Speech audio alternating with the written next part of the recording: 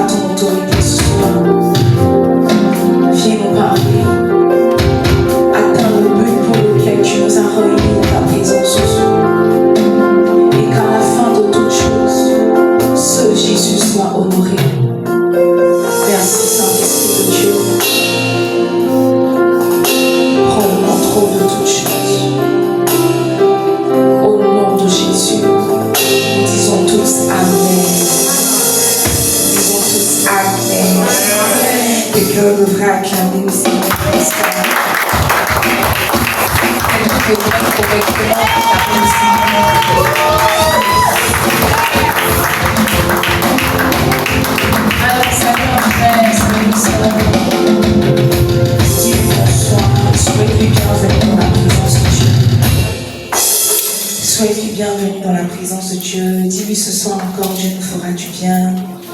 Dieu nous visitera ce soir. Vraiment, c'est notre prière que nous ne vivions pas un mardi comme tous les autres mardis, mais que sa présence nous accompagne, n'est-ce pas? Alors, nous parlons depuis le début de ce mois de mars, nous parlons de Adullam. Adullam, ou l'art de cultiver le lieu secret.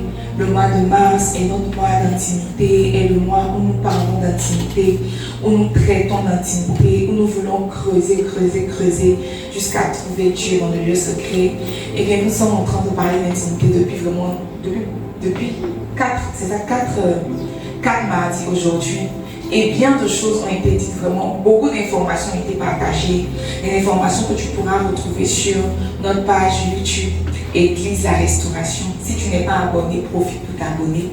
La semaine dernière, nous parlions encore d'Adullam. Et nous présentions, n'est-ce pas, Adullam comme une sorte de saison intermédiaire, une saison de flottement, saison pendant laquelle l'homme est entre, c'est ça, une saison de flottement, où l'homme est entre deux saisons. On a dit que Adullam était une sorte de saison de flottement qu'un homme vit. Donc c'est la saison où tu rencontres, où tu es loin, mais que tu n'es pas encore parvenu, c'est ça, dans laquelle tu n'es pas encore parvenu au trône.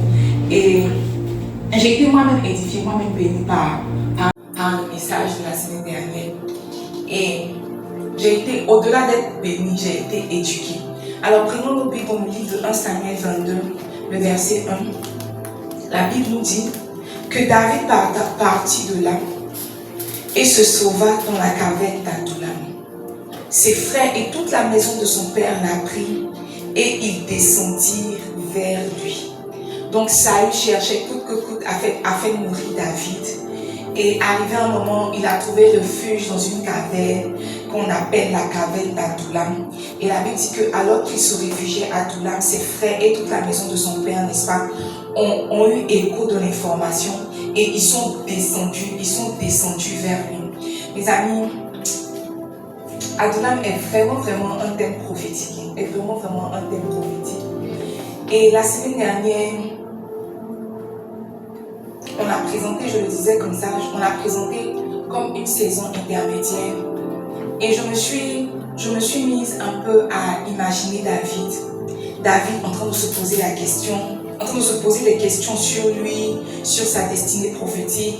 Je l'imaginais en train de se demander, en train de poser des questions au Seigneur, que pourquoi depuis que lui m'a touché, n'est-ce pas, ma vie est devenue si complexe et si perplexe.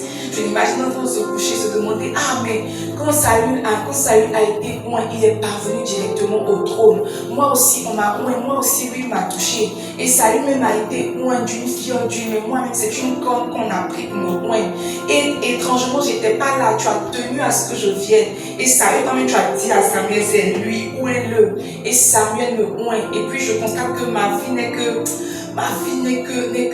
difficulté, ma vie n'est que épreuve. Si c'est pas Saül qui veut me tuer, c'est la vie même qui veut m'ensevelir. Et j'imagine en train de se poser, de se plaindre à Dieu, de se poser aussi ce genre de questions.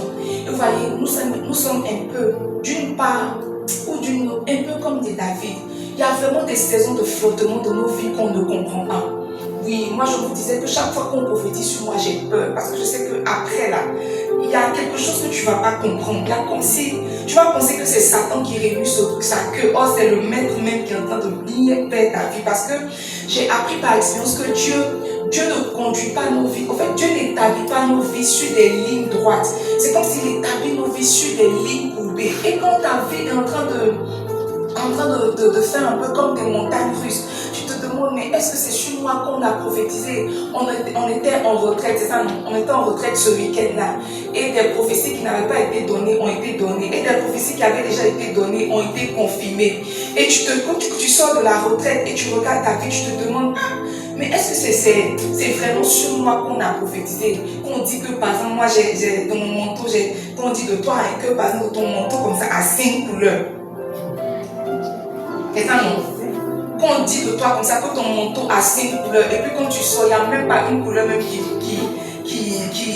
essaie de colorer un peu ta vie. On dit que tu as un manteau arc-en-ciel, mais ta vie est blanc-noir. Tu ne comprends pas, tu te poses des questions. Et vous voyez, Adullam représente un peu pour nous cette saison de flottement-là. Et tu n'es pas le premier à te poser ce genre de questions. David aussi s'est posé ce genre de questions. Dis à ton frère, David aussi s'est posé ce genre de questions. Maintenant, dis-lui que c'est la marque déposée du maître. Oui, c'est la marque. En fait, si tu veux connaître Dieu, si tu veux voir, tu vois, il y a des cachets qu'on met, un président de la République, il a signé là. Si tu veux reconnaître la marque déposée de Dieu, dis à ton frère, c'est la souffrance. C'est la souffrance. Hier, je suis en train de lire un livre et l'homme de Dieu disait que quand Dieu vous aime beaucoup, il vous fait souffrir.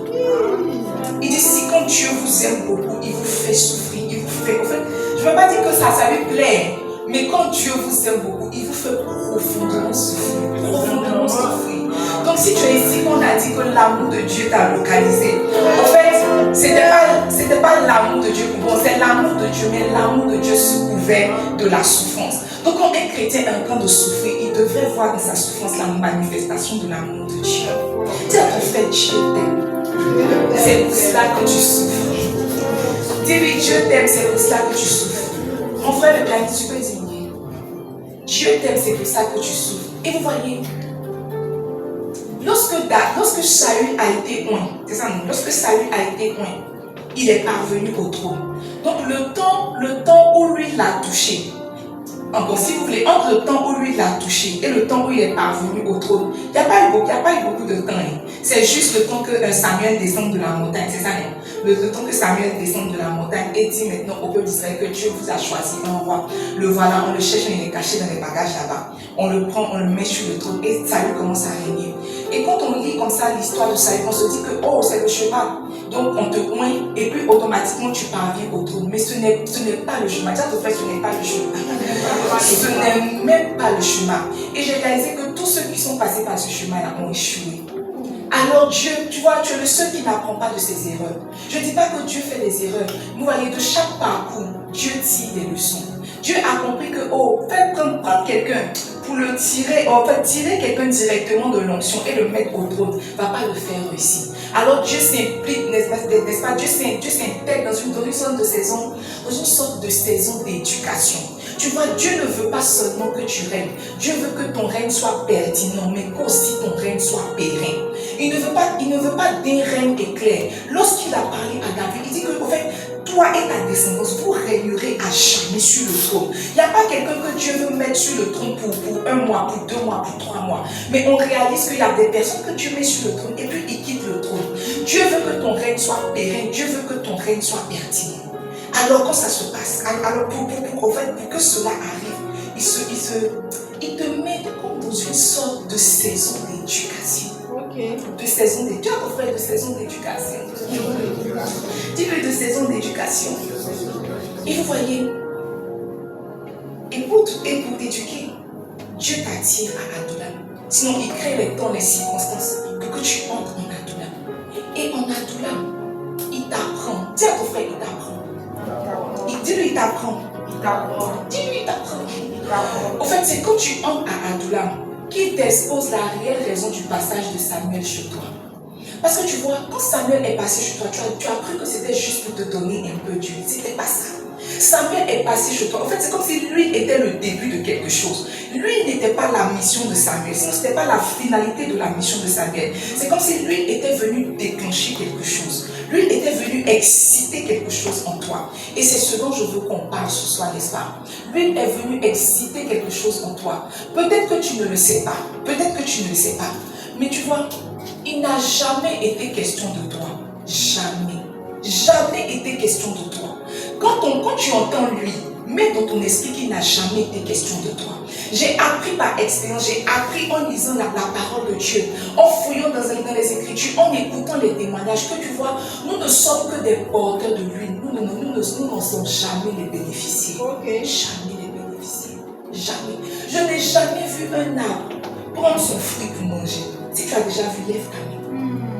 Quand on plante un arbre, que l'arbre grandit, qu'elle étend ses feuilles et que le fruit mûrit, n'est-ce pas? Le fruit paraît, le fruit mûrit. C'est l'homme qui prend le fruit, qui mange. Et puis il dit que aujourd'hui j'ai plus jus d'orange, aujourd'hui j'ai mangé j'ai plus jus de mangue. Maintenant quand l'homme finit d'utiliser le fruit, il replante le noyau. Je n'ai jamais vu un arbre manger ses propres fruits. Tu vois, tu as cru que quand Samuel était venu te oindre, c'était pour directement te faire asseoir sur le trône. Mais même le trône, il n'est pas question de toi quand tu t'assois sur le trône. La Bible dit que Samuel a oint David. Et David a continué sa vie, n'est-ce pas? Il a continué sa vie.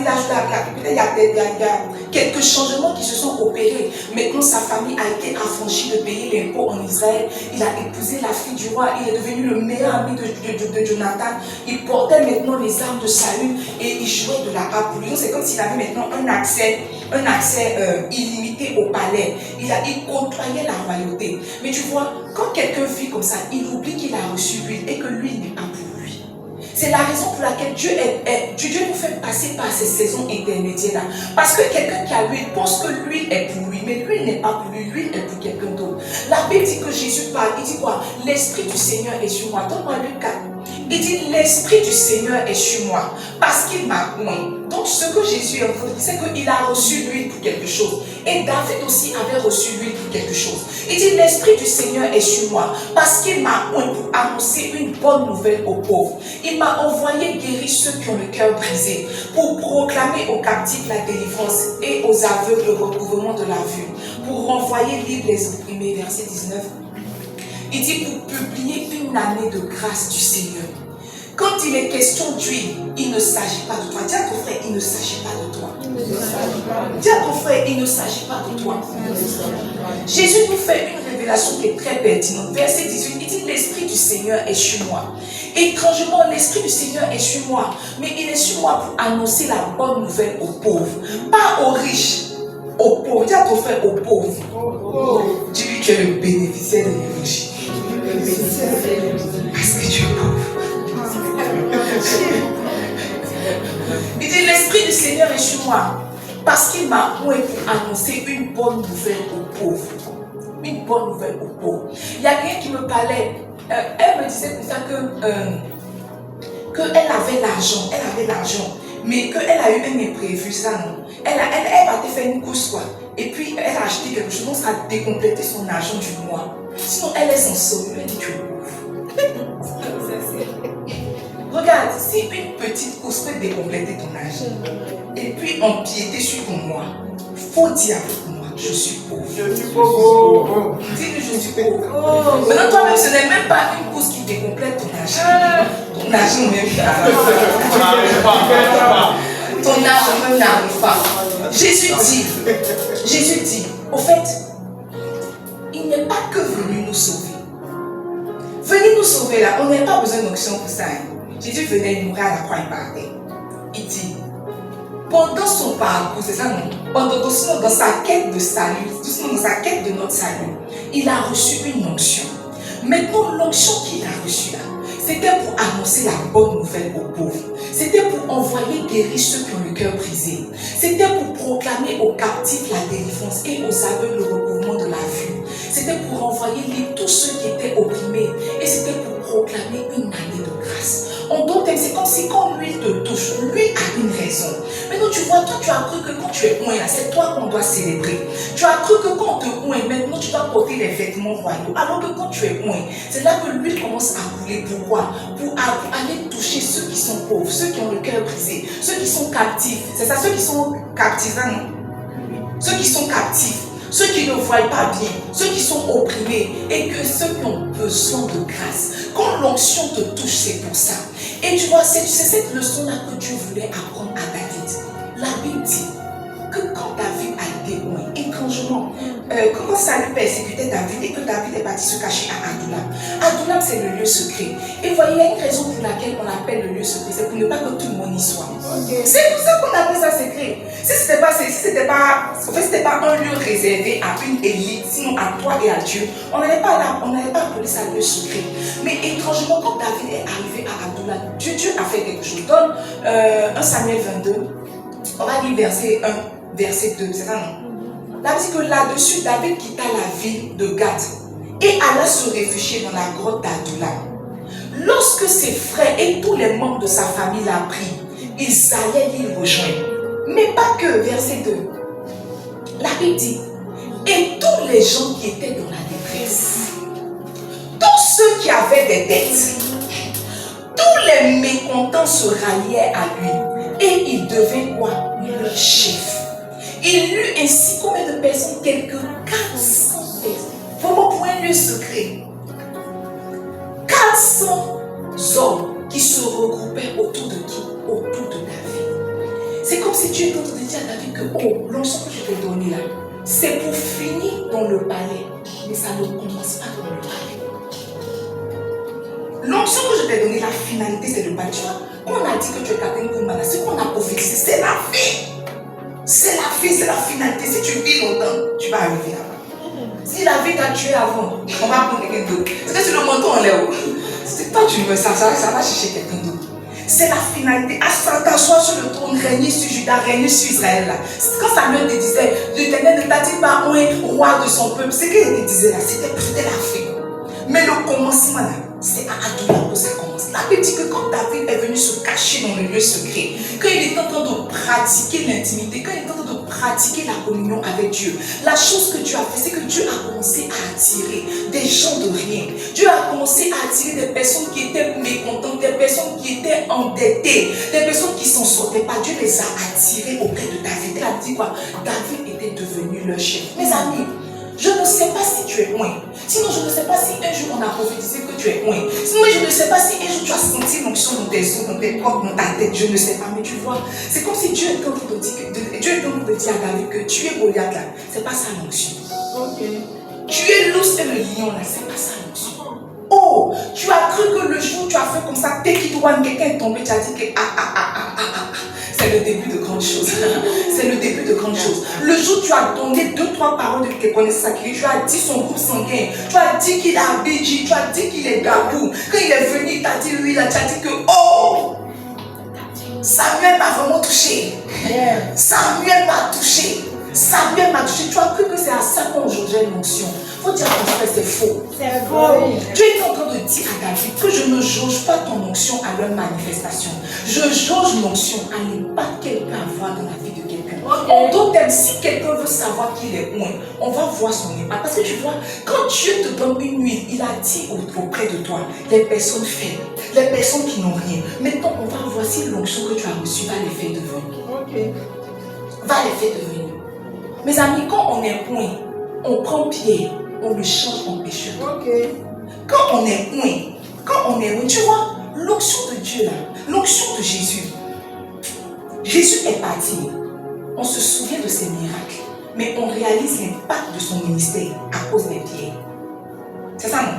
On a des souvenirs qu'il a guéri des malades. On a des souvenirs qu'il a ressuscité des morts. On a des souvenirs qu'il a marché sur l'eau. Mais l'impact de son ministère a été réalisé par qui? Par ses disciples, par des personnes qu'il a fait. Et ça veut dire quand tu es loin, ce n'est pas quand tu fais tomber les gens qu'on sent que tu es loin. Ce n'est pas quand tu chantes qu'on sent que tu es loin. On sent que tu es loin. Quand l'onction que tu as reçue peut transformer la vie de quelqu'un. Jésus dit que moi j'ai reçu une onction. L'onction qu'on m'a donnée là, c'est pour guérir ceux qui ont le cœur brisé. C'est pour guérir ceux qui ont le cœur brisé. C'est pour libérer les captifs. C'est pour faire voir ceux qui ne voient pas. C'est pour dire aux gens que la grâce est disponible. C'est la raison pour laquelle on m'a donné l'onction. Demande à ton frère, on t'a donné l'onction pourquoi? Demande à ton frère, on t'a demandé l'onction. On t'a donné l'onction pourquoi? On t'a donné l'onction pourquoi?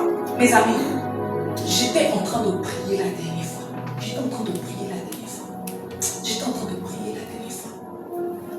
Et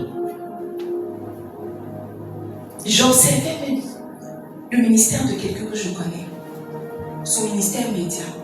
J'observais. Et je me suis rendu compte qu'elle a fait une publication. Et puis il y a eu 2700 commentaires. J'ai lu, pas dit qu'elle n'a rien dit de bon, elle n'a pas dit ça, elle a dit. Mais je me demande comment 2700 personnes courent pour venir commenter le commentaire de quelqu'un qui n'est ni un père, ni un frère, qui n'est pas encore révélé.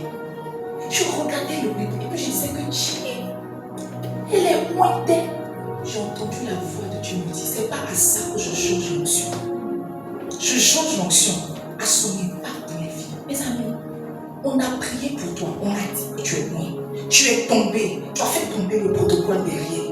Tu as cassé 2 chaises quand tu t'es levé. Sinon toi-même, asseyons, nous discutons, réfléchis. L'huile que tu as reçue a changé la vie de combien de personnes? Rentre en toi-même, on n'est pas nombreux. Rentre en toi-même, on n'est pas nombreux. Assieds-toi. L'huile que tu as reçue a impacté la vie de combien? A impacté la vie de combien? Tu vois, si Dieu laissait David se plaire auprès de Saül, il allait juste attendre que Saül meure pour parvenir au trône. Parce que c'était une promesse et Dieu ne se répand pas. Et puis même Jonathan lui avait déjà donné les attributs royaux. Donc tu vois, il fallait juste s'asseoir pour attendre son temps. Mais Dieu voulait faire comprendre à David que tu vois, le trône même n'est pas ce qui est important. C'est l'impact qui est important. Adullam alors pour David est devenu comme un centre de transformation. Un centre de transformation. Le lieu où Dieu a commencé à lui apprendre ce qu'on appelle le leadership. Dieu a commencé à lui apprendre ce qu'on appelle le leadership. Parce que toi, tu penses que, comme on t'a pas encore appelé pasteur, là, tu n'es pas leader. Tu te dis que comme on n'a pas dit que toi, tu vas faire église, tu vas bâtir église, tu n'es pas leader. Et tu es là, toujours dans ta bouche, on suit notre leader. Dis à ton frère, toi-même, tu es leader. Dis-lui, toi-même, tu es leader. Dieu a dit, c'est comme si Dieu se disait que, oh, si je laisse lui là, aller directement au trône, il va échouer comme ça. Parce que quand tu regardes même, j'ai analysé le ministère et la vie de Saül. Je me suis rendu compte que beaucoup de choses lui ont fait défaut. Il n'était pas leader. C'est ça, non? Parce que il n'y a rien qui est sorti de son règne. Il n'a même pas produit un homme. Et peu comme Élisée, il n'a même pas pu produire un homme. Ceux qui reçoivent l'onction sans passer par les classes de Dieu ne peuvent pas se reproduire. Élisée a reçu la double portion. Il n'a même pas pu faire un homme. Son seul serviteur a couru derrière le lépreux là pour prendre un peu d'argent. Ça veut dire que tu voyais, il exerçait l'onction, il se déployait. Parce que quand on parle d'Élisée, on parle des doubles du miracle, des miracles d'Élie. Il se déployait, sauf que son onction n'avait pas tant d'impact que ça. Il n'a même pas pu se reproduire. Quand Élisée est mort, il n'y a pas il n'y a pas eu ses fils. Il n'y a pas eu ses fils. Il n'y a pas eu ses fils.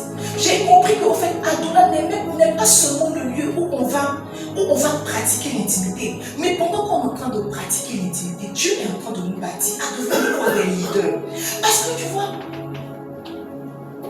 Dieu ne veut pas élever seulement des onctions.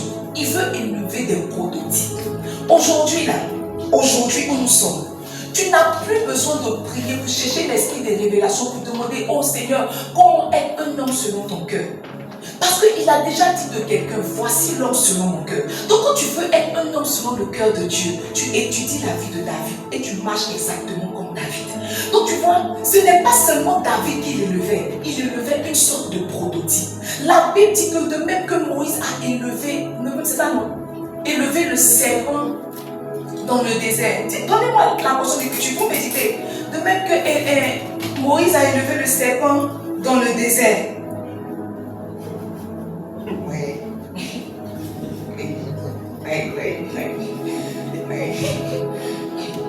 C'est ça, non? De même que le fils. Donne-moi la portion d'écriture pour moi j'ai oublié.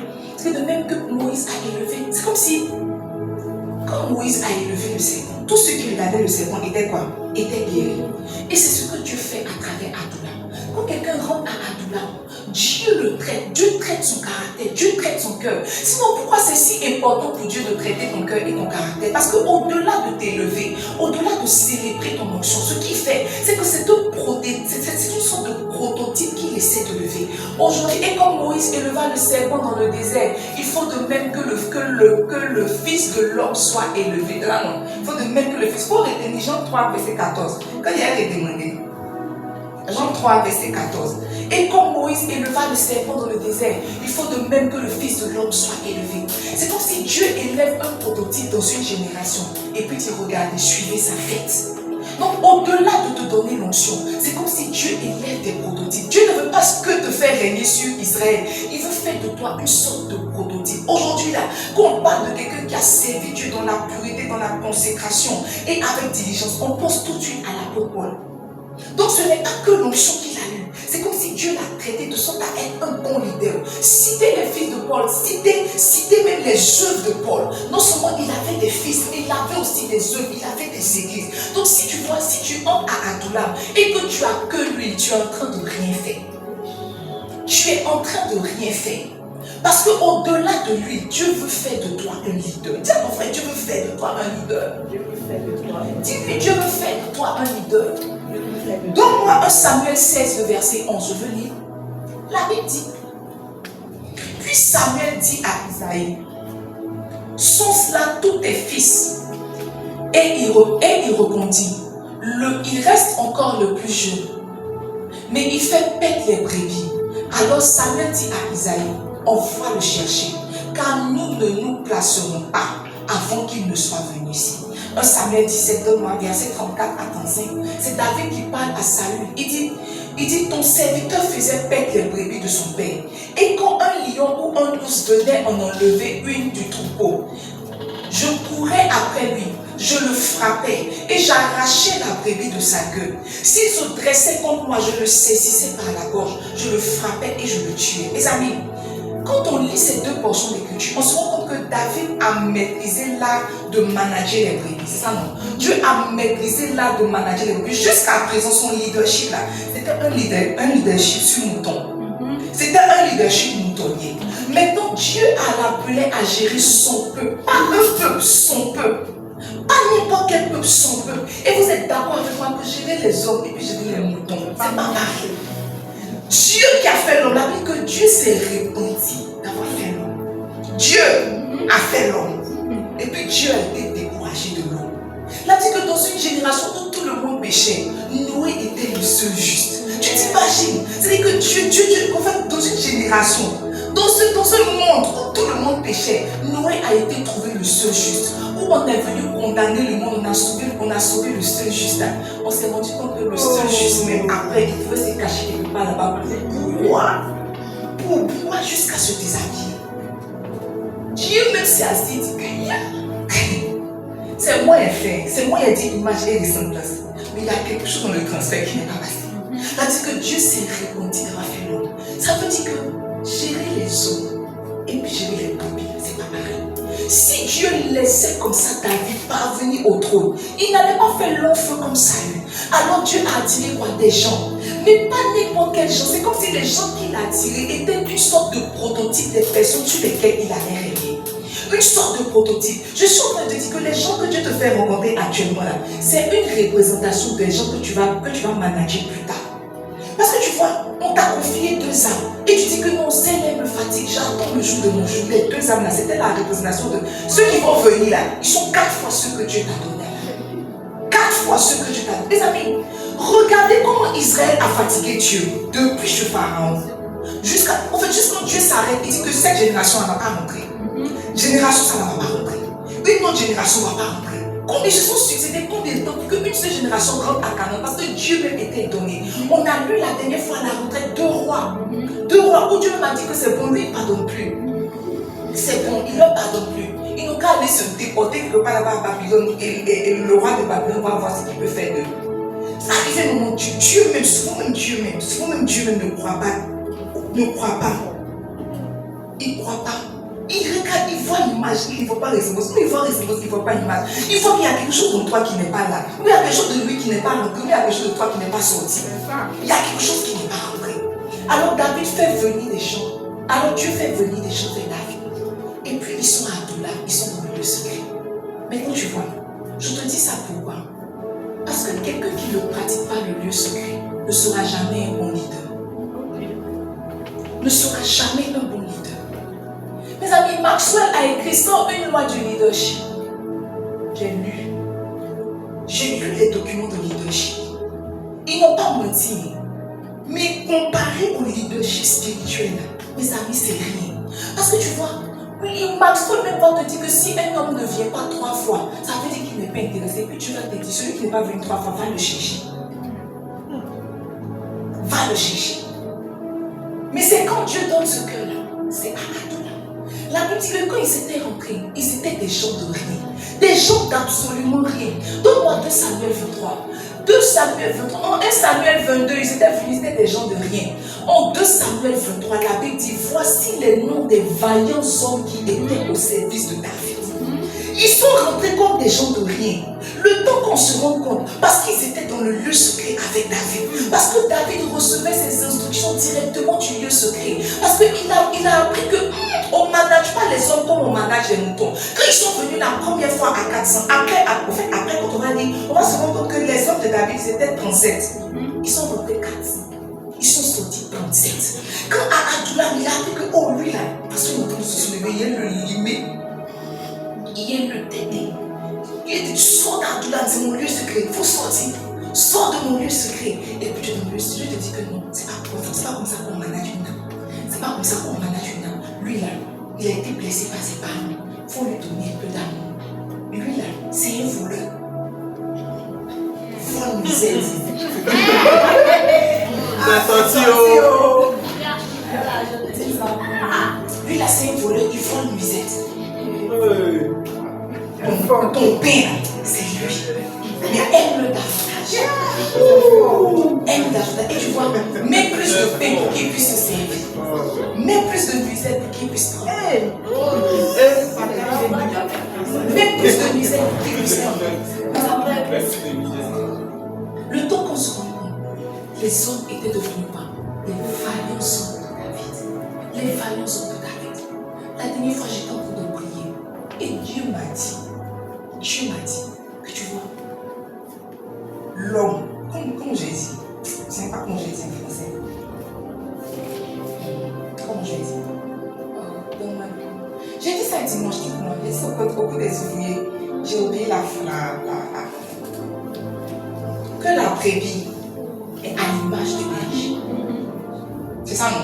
Que la brebis est à l'image du berger. Quand David rentrait à Adoula, il n'était pas faible. Il était vaillant. Il les a rendus vaillants. Si David était un homme de rien, un homme faible, un homme qui n'avait pas de capacité, il allait les rendre des hommes faibles, des hommes qui n'ont pas de capacité. Mes amis, le leadership de Dieu travaille un peu. En fait, c'est un leader, c'est une sorte de leadership de contemplation. L'apôtre Paul nous a dit, dans 2 Corinthiens 3, il dit, nous tous qui le visage découvert, qui contemplons comme dans un miroir la gloire du Seigneur, nous sommes transformés en quoi? En la même image, de gloire en gloire, comme par le Seigneur l'Esprit. C'est comme si pour Dieu, si quelqu'un peut le contempler, il peut lui ressembler. Et ça fonctionne comme ça pour nous. Si des brebis peuvent regarder leur berger, ils peuvent avoir le cœur et le caractère du berger. Mes amis, la Bible dit, quand on regarde là, il a dit au pied, suivez-moi, ça nous suivez-moi, je vais faire de vous pécheurs d'hommes. À aucun moment on a vu Jésus dire à Pierre que quand tu rentres dans une maison, quand tu fais comme ça, fais comme ça, fais comme ça. La preuve même en Luc 10, non. La Bible dit que Jésus les a envoyés 2 à 2. Il leur a dit quoi? Ne prenez ni épouse, ne prenez rien. Si vous allez, quand on vous reçoit, donnez ma paix. Si on vous reçoit pas, prenez ma paix, sortez, n'est-ce pas? La Bible dit qu'ils sont partis, ils sont revenus. Jésus leur a demandé, est-ce que vous avez manqué de quelque chose? Il dit, on n'a manqué de rien. Mieux, même les démons nous ont été soumis. Même les démons étaient soumis. Il n'y a pas un jour, on a vu qu'il y avait classe 1, allons évangéliser. Classe 2. Maintenant, tu vois comment ils ont pris le cœur et la nature de Jésus. La Bible dit que quand Jésus finissait de parler au fond, il se retirait avec eux quelque part. Et il commençait à leur parler. Il commençait, mais tu vois, ce n'était pas les mots que Jésus disait qui les touchaient. C'était la personne de Jésus. C'était la personne de Jésus. C'était Jésus lui-même. Quand Pierre a reçu le baptême du Saint-Esprit en acte 2, regardez ce qu'il a dit dans ces mots. Il n'a pas parlé des miracles de Jésus. Il a présenté la personne, le cœur et le caractère de Jésus. Ça veut dire que dans tout le parcours, c'est ce qu'ils ont calqué. C'est ce qu'ils ont calqué. Ils n'ont pas calqué les miracles. Les miracles, encore ça vient. Il a dit que le Saint-Esprit va venir. Si c'est question de miracle, le Saint-Esprit va venir. Il y a des choses que le Saint-Esprit peut te donner. Et puis il y a des choses que tu vois, que tu es obligé de calquer avec les yeux. La Bible dit, je lisais la vie de Jésus. Chaque fois, il se retirait. Chaque fois, il se retirait. Il laissait ses disciples. Il partait dans le lieu secret. Je me demandais, il partait quoi? Il partait pas que prier. Il partait recevoir les instructions pour un bon leadership. Il partait recevoir les instructions pour un bon leadership. Vous pensez que Jésus ne savait pas que Pierre avait couteau dans ses hanches? Vous pensez que Jésus ne savait pas que Pierre avait un couteau? Mais c'est comme si quand il rentrait dans le lieu secret, il disait, papa, lui là, il ne change pas. Je veux le chasser. Jésus dit que non. Laisse le couteau sur lui. Ne lève pas. Laisse le couteau sur lui. Quand il rentrait dans le lieu secret, il dit, Seigneur, je ne sais pas comment gérer Jean. Je ne sais pas comment gérer Jean.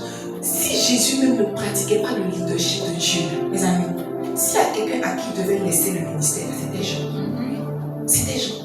Parce que là où il s'agitait, il dit que Jean se couchait pour entendre les battements de son cœur.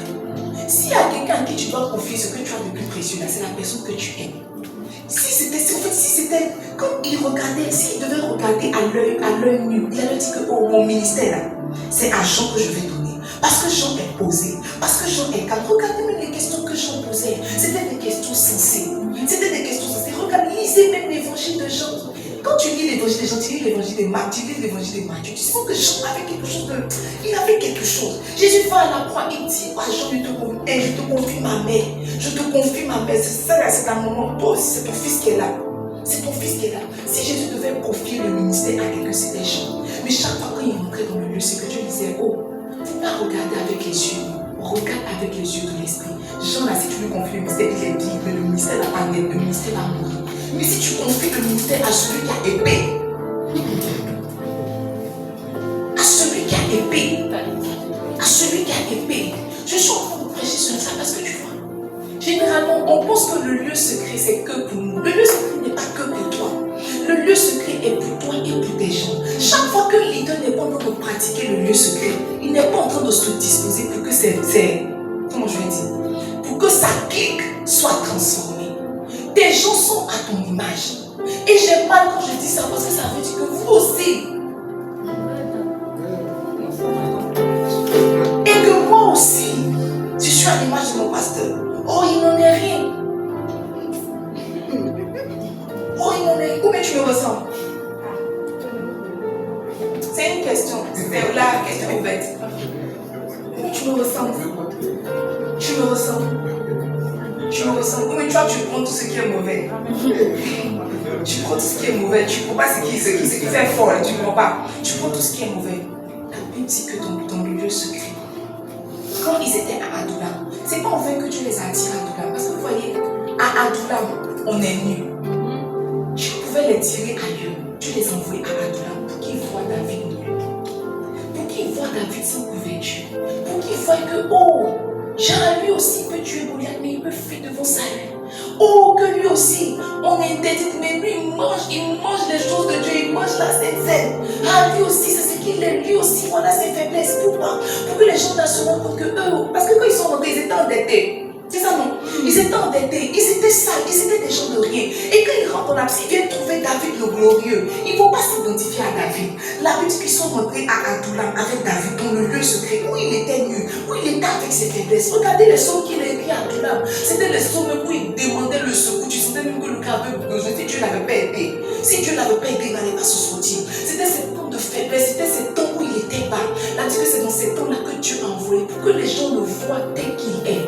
Pour que les gens le voient tel qu'il est. La Bible dit que vous tous qui le visage découvert, qui contemplez comme dans un miroir, pour qu'il y ait une transformation, pour qu'il y ait découverte. Il ne faudrait pas qu'il y ait voile. Il ne faudrait pas qu'il y ait voile. Jésus a pris ses gars, il est parti avec eux à Gethsémani. Il dit que vous m'avez vu faire Talita Koumi. Maintenant venez me voir quand mon sang, ma sueur se transforme en granules de sang. Le ministère n'est pas toujours glorieux, il y a des moments où moi aussi je tremble. Le ministère c'est pas le jour où je marche seulement sur l'eau et puis il te dit que viens. Le ministère c'est aussi le jour où il dit que Pierre, porte-moi en prière, je m'en sors pas. Porte-moi en prière, je m'en sors pas. Porte-moi en prière, je m'en sors pas. Si un leader ne pratique pas le lieu secret, il ne peut pas montrer à ses disciples qu'en fait, c'est dans le lieu secret qu'on prend la force pour être vaillant. C'est pas à Adullam qu'ils ont appris la guerre, mais la Bible dit que les vaillants hommes de David. C'est comme si à Adullam, ils ont vu où David tirait sa force. Ils ont vu que oh, la force de David n'était pas le maniement de l'épée. La force de David était le lieu secret. Alors eux aussi se sont dit, mais attends, si le lieu secret peut donner autant de choses à David, nous aussi, on veut se laisser impacter par le lieu secret. Nous aussi, on veut pratiquer le lieu secret. Nous aussi, on est nombreux ici à être berger, c'est ça non? À être leader, à être brebis. Responsable de département et tous ceux qui sont brebis deviendront bergers. Ça c'est une certitude, il n'y a pas de prophétie, il n'y a pas besoin de prophétie comme ça. Tu es brebis aujourd'hui, mais l'année prochaine on va pas te trouver brebis. L'année prochaine on va te trouver responsable, un berger. Et tu es berger aujourd'hui, l'année prochaine on va te retrouver quoi? Peut-être pasteur. Certainement pasteur. Et tu vas te dire que oh, on force pour que les brebis soient transformés. On force pour que les brebis soient transformés. Non. Que les bébés soient transformés, on rentre à Adullam. On rentre à Adullam, pas seulement toi, mais toi et tes brebis. De temps en temps, il faut prendre tes brebis pour dire que allons sur la montagne. Allons, tu vas voir. Allons, tu vas voir ce qui se passe. À la montagne là, c'est pas seulement mon vêtement qui devient blanc. À la montagne, il n'y a pas que mes amis. C'est quand ils ont vu Élie et Moïse qu'ils ont qu'à rester une temps. Pourquoi après ça sueur s'est transformée? Ils n'ont pas dit qu'on a qu'à rester une temps. Pourquoi? Pourquoi? Dis à ton frère Adullam. Dis à ton frère Adullam. Les amis, je vais vous dire la vérité. Peut-être que vous ne savez pas, mais votre vie prêche plus que vos mots. Yes. Votre vie prêche plus que vos mots. Et le travail que nous faisons est spirituel. Si tu es un berger qui ne prie pas, ta brebis ne vit pas avec toi. Mais ici, elle, c'est ça, non, elle sent que tu ne pries pas. Si tu es un berger qui ne médite pas, parce que tu vois, quelqu'un peut avoir une bonne révélation, une bonne rencontre dans la parole aujourd'hui, il va se dire qu'il est rassasié. C'est dans une semaine encore, il va méditer. Il va se dire que lui, il est en paix avec Dieu. Il n'est pas aussi en paix avec Dieu, sauf qu'il a des enfants. Okay. Tes enfants, c'est comme si on sent dans le spirituel. On sent dans le spirituel que toi, là, qui n'est pas qu'il est très régulier. Alors tu vas lui demander, tu as médité, je vais dire que non. Et toi, tu n'es pas régulier. Toi-même, tu n'es pas régulier. Toi-même, tu n'es pas régulier. Regarde, toutes tes brebis, quand tu fais le point de ta brebis, c'est que ceux-là, ils sont instables émotionnellement et toi-même, il faut te checker. Toi-même, check-toi. Tu es instable émotionnellement. Tes brebis sont à ton image. Tes brebis, tu as trouvé tes brebis sont à ton image. Le groupe musical est à l'image de la responsable. C'est fort.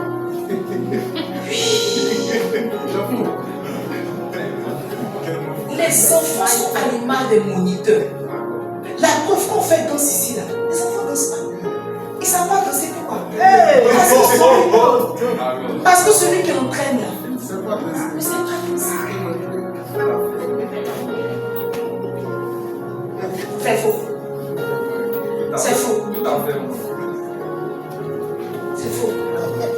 Il me dit que elle sait pas quand, elle sait pas si c'est Salomon mais c'est Israël, elle sait pas quand ils vont venir. Moi aussi souvent, je ne sais pas quand il va venir. Mais peut-être que c'est physiquement comme ça, mais tu vois, c'est spirituellement qu'on en juge. C'est spirituellement qu'on en juge. Quand un berger ne pratique pas le lieu secret, son leadership est faible. Il parle à ses brebis. Le son rentre, mais il n'y a rien en elle qui les pousse à obéir. Il n'y a absolument rien qui les pousse à obéir. Absolument rien. Un berger qui n'est pas obéissant n'aura pas des brebis obéissantes. N'aura pas. La dernière fois, j'écoutais le message de mon père spirituel. Il disait comme ça que il a fait un programme là. Il avait fait un programme. C'était, bon, le message c'était un message de 2021. C'est comme ça qu'il a organisé un programme dernièrement. Et c'est la dernière minute que le Seigneur lui a dit que fonce sur le programme, tout et tout. Donc pour moi, il a eu à peine une semaine pour faire des affiches, tout et tout. Il dit que le programme était rempli jusqu'à il n'y avait pas place. Et il a dit à Dieu, mais quelle grâce, quelle miséricorde. Et puis Dieu lui a dit, c'est parce que quand Pasteur Mohamed se déplace, tu cours. Que moi aussi, quand tu organises, je fais courir les gens. Ok.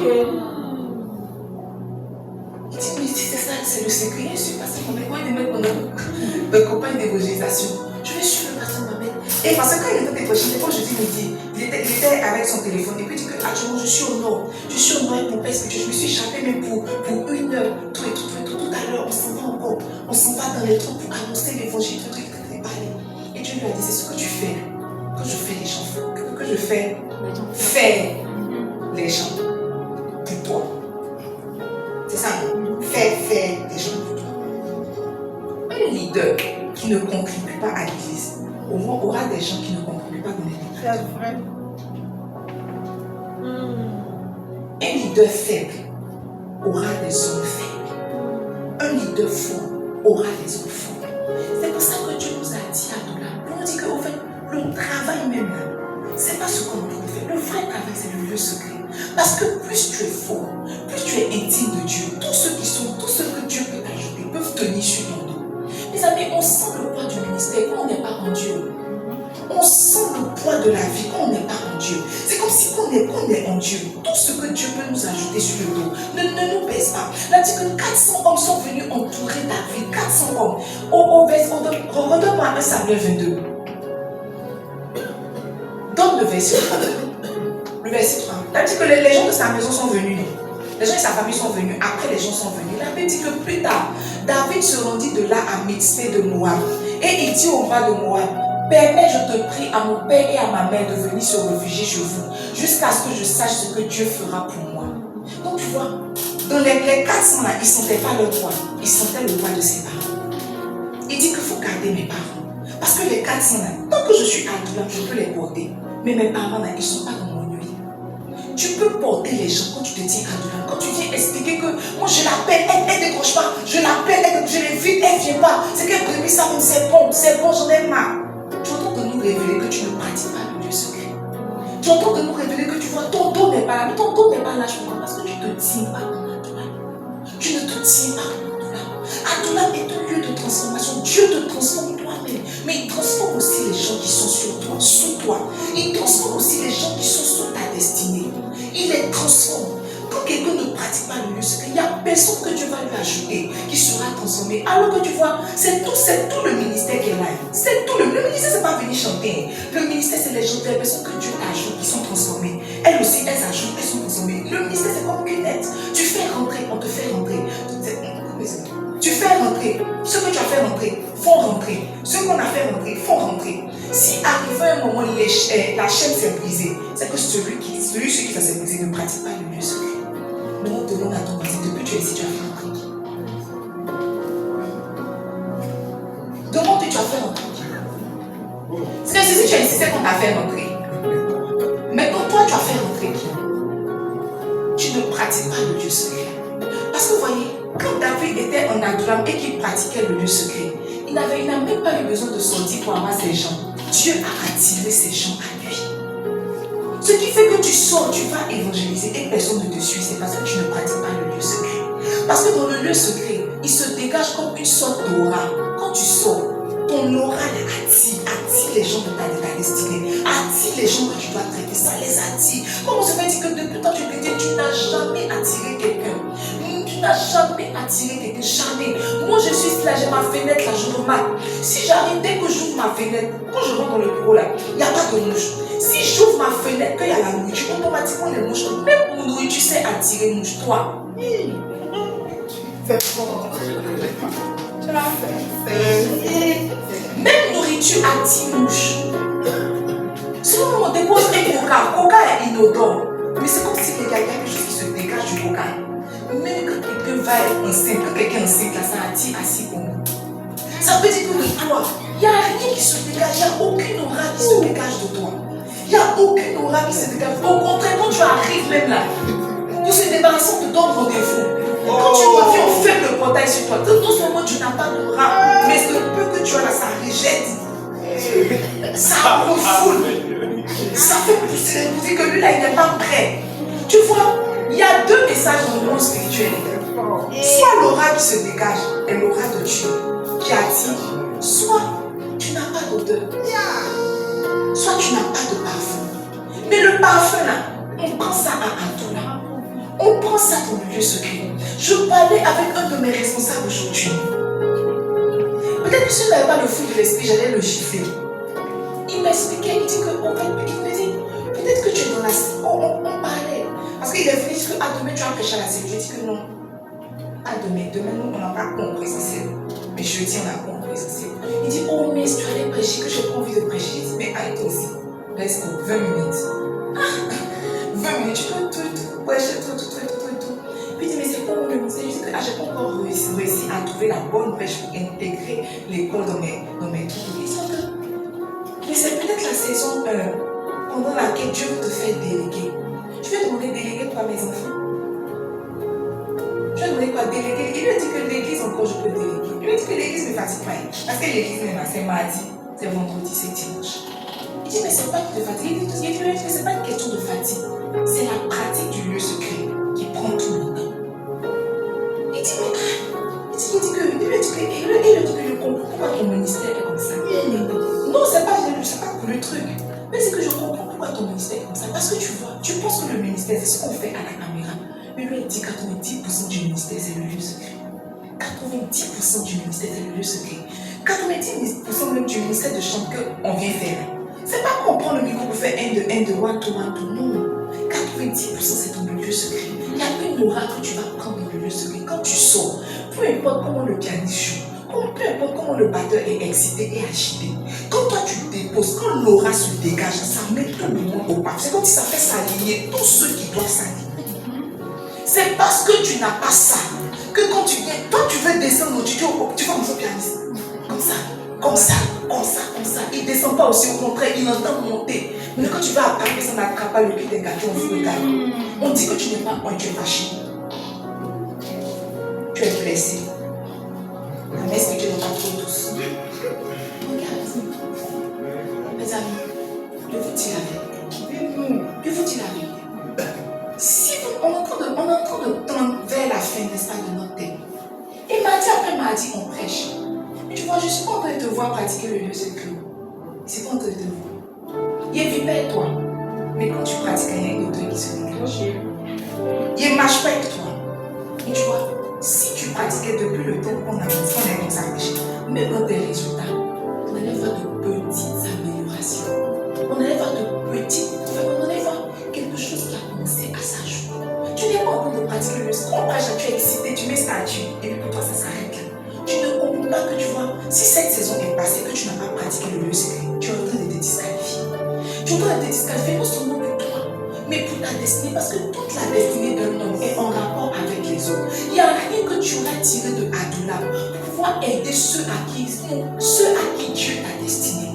Peut-être que toi, ton ministère, ce n'est pas le ministère du public, mais qui sait, mais le ministère même là, c'est un rapport avec les autres. Peu importe la nature de l'huile qu'on va te donner, l'huile là, c'est pour les hommes. L'huile là, c'est pour les hommes. L'huile là, c'est pour les hommes. Quand la femme avait l'huile dans sa maison, la Bible dit que Élisée lui a dit de renverser l'huile là. Elle n'a pas utilisé pour elle-même. La Bible dit que c'était pour éviter que ses fils soient esclaves. a une huile que tu as. Si tu n'apprends pas à la raffiner, à la raffiner dans le lieu secret, elle ne va pas servir ni à ta famille, ni à l'église, ni à toi, ni à personne. Et tu vas mourir, tu vas partir comme ça. Tu vas mourir, tu vas partir comme ça.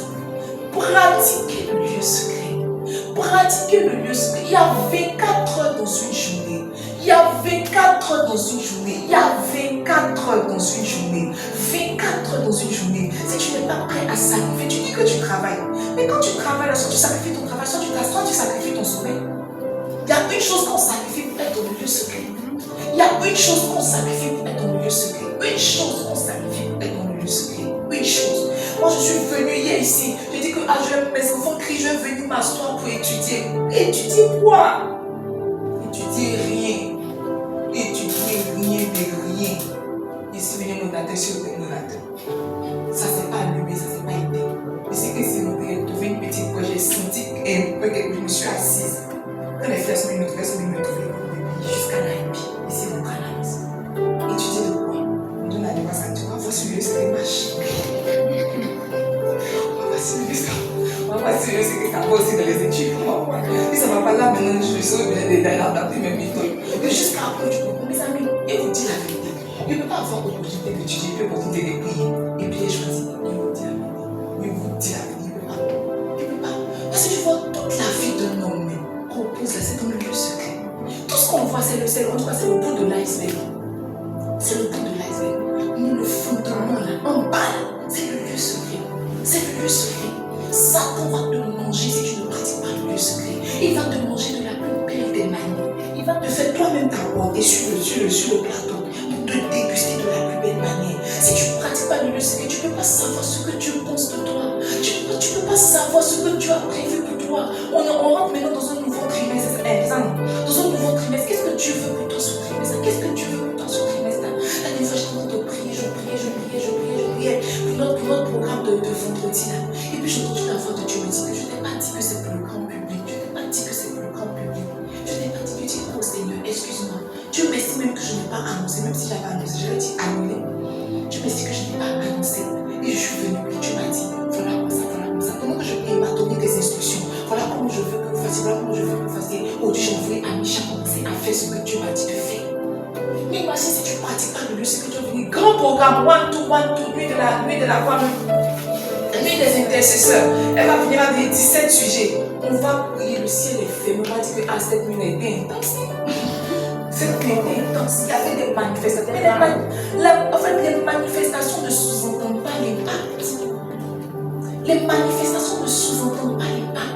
Il y a une chose, mais peut-être qu'il y a un petit virage de ta destinée que tu as raté parce que tu ne pratiques pas le lieu secret. Parce que tu ne pratiques pas le lieu secret. C'est comme si David n'était pas rentré à Adoula, les gens n'allaient pas être autour de lui. Et plus tard dans le déroulement de son ministère, il n'allait pas avoir une armée à lui. La Bible dit que David avait soif. Le gars a fait, on dit quoi? Montagne, bien. Il a gravi des échelons, il a tout fait pour apporter de l'eau à David. Pour avoir des gens qui sont prêts pour toi, c'est dans le lieu secret. C'est dans le lieu secret. Il dit, je dis à l'un, va, il va, à l'autre, viens, il vient. Tu penses que c'est parce qu'il crie? Pas parce qu'il crie. Il y a une sorte d'oracle, il y a une sorte d'autorité qu'il a, c'est dans le lieu secret. Dans le lieu secret. Mes amis, je vous dis la vérité, c'est dans le lieu secret. On t'a donné un petit poste, on t'a donné un petit titre. Et tu te dis que c'est le titre qui t'a donné la responsabilité, c'est faux. On peut te nommer responsable, puis les gens vont pas te reconnaître comme responsable. C'est ça, non? Et puis les gens vont pas te reconnaître. Et quand tu vas parler, on te dit que c'est parce que la mère t'a nommé. Oui! On te dit que c'est parce que la mère t'a nommé. Si on ne t'avait pas nommé, attends, tu ne peux pas me parler. Quand quelqu'un te dit ça, ça veut dire quoi? Tu as le titre, tu n'as pas encore l'aura. Ah, c'est parce que tu es la responsable qu'on va faire. Sinon, non, maintenant, tu sais que tu peux me parler comme ça. Je crois que tu peux me dire qu'à côté bleu, côté bleu. C'est à cause de la mère. Ça veut dire que l'oral, tu n'as pas encore pris.